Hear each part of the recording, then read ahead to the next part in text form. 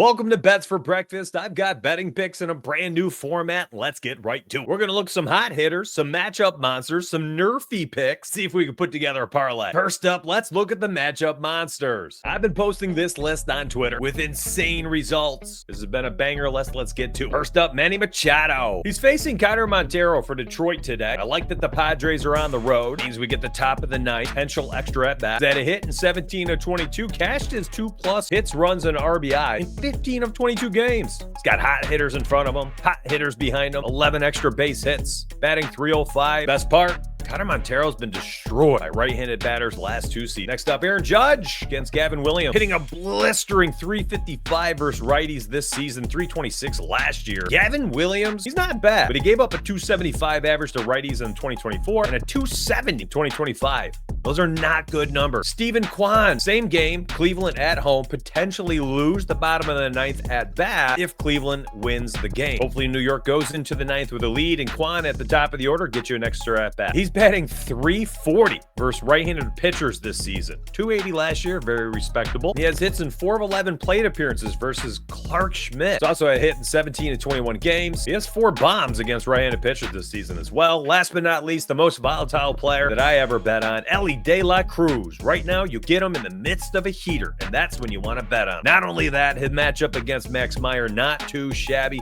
Max is not a bad pitcher, but he's very volatile. And Ellie, 3 plate appearances against Max Meyer, has a hit in all 3.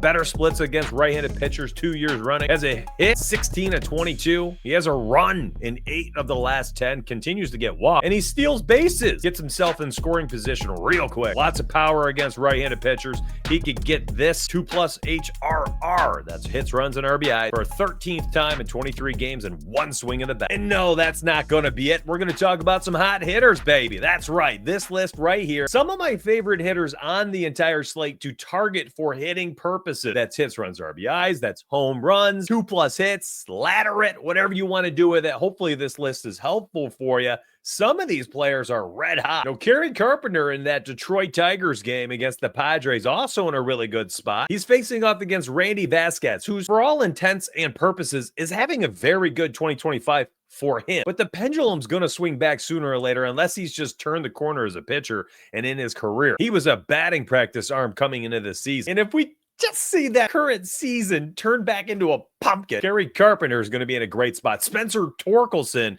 is going to be in a great spot. Both of them mashing right-handed pitchers this year. Jung-Ho Lee for the Giants looks great today. One of my favorite players to target for hits, runs, RBIs, for doubles, as he continues to rack up so many doubles, top 5 in baseball for doubles, and he gets a nice matchup today. And of course, what a mistake it would be not to talk about Fernando Tatis Jr. Matchups have been irrelevant. Had a tough one last night, banged home 3 hits again, multiple hits in 70% of his games for the last 2 weeks. Upside for days. His hits, runs, RBIs on ESPN Bet is at 1.5 minus 180. Use that as a straight if you don't mind sipping the juice. Or, my friends, of course, you can go ahead and lay that with something else. Hey, you could plug in Manny Machado to get a hit, Fernando Tatis to get a hit. Do what you want. Take the HRR and parlay that with Machado for a hit. Do what you want with this information. Hopefully, it puts you in a good spot to start off your betting slate. Nerfies, that's right. No runs first inning. It's a very, very fun market. Very volatile, but we got some interesting spots today.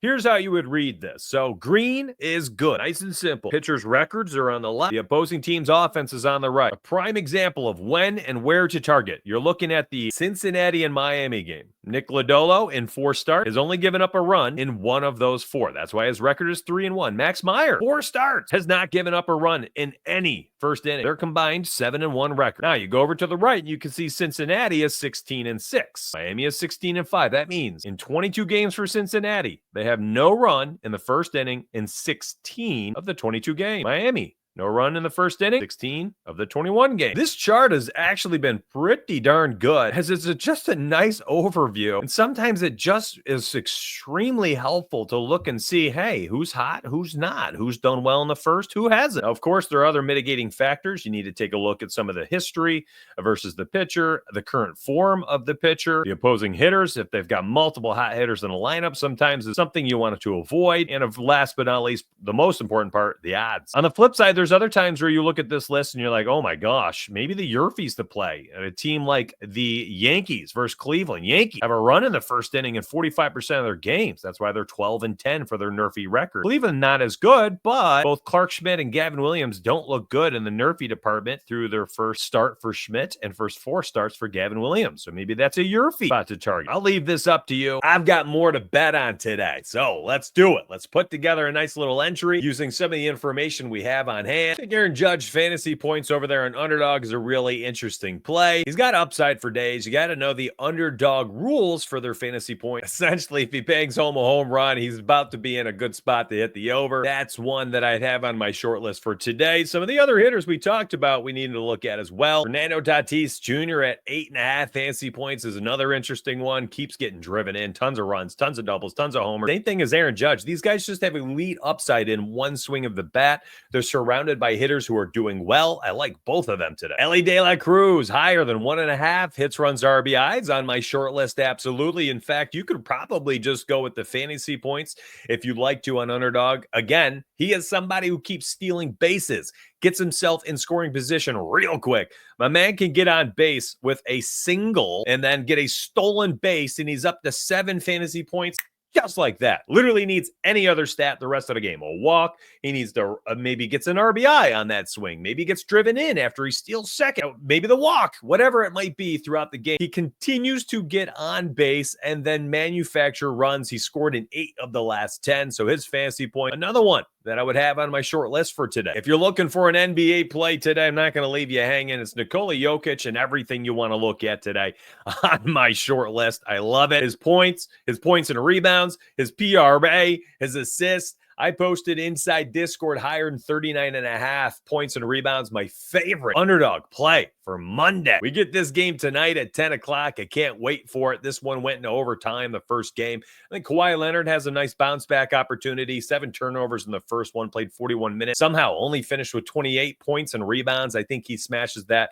And you can see when I go to Kawhi Leonard, it's not like these apps are not aware. So they've actually taken his 28.5 and they moved it to 30.5. Everyone expects the bounce back. He's not going to turn the ball over like that. He's one of the most efficient players in the NBA, but I still think he's in an interesting spot. Maybe just his points outright would be the move tonight. If you want to try out Underdog, use code DONUTS. You get up to $1,000 deposit bonus cash. Telling you right now, worth every penny, because they're going to give you a free pick. That's right. You can have a free pick to add into anything that I've talked about today. Lots of information on hand. Hopefully put you in a good spot to make some money. And if you need more help, down below, first link, VIP pick, 15 premium channels, 10 plus capper, all of my picks. I've posted 4 NBA picks for today and tomorrow. I've posted 7 MLB picks for today. And again, 10 other capper, 15 premium channels. There's a lot there for you. And if you're like, yo, not into the picks game, I like to research. I want math-based positive expected value plays. I want Discord bots and optimizers to use. Maybe a few staff picks. Well, that's the second link, mysparryads.com. Get the website, get the optimizer. It's a mobile web app, so you get the app experience on your phone browser without having to download anything. Just visit the site. Get Discord bot picks inside Discord. Exclusive channels there just for you. An exclusive chat and a few staff picks per day based on what they're seeing using our projections models, our simulation models, the optimizers, and the website itself. No matter what, down below, very affordable. I love you. I appreciate you. Thanks for watching. I'll be back tomorrow morning for Bets for Breakfast. Let's get paid.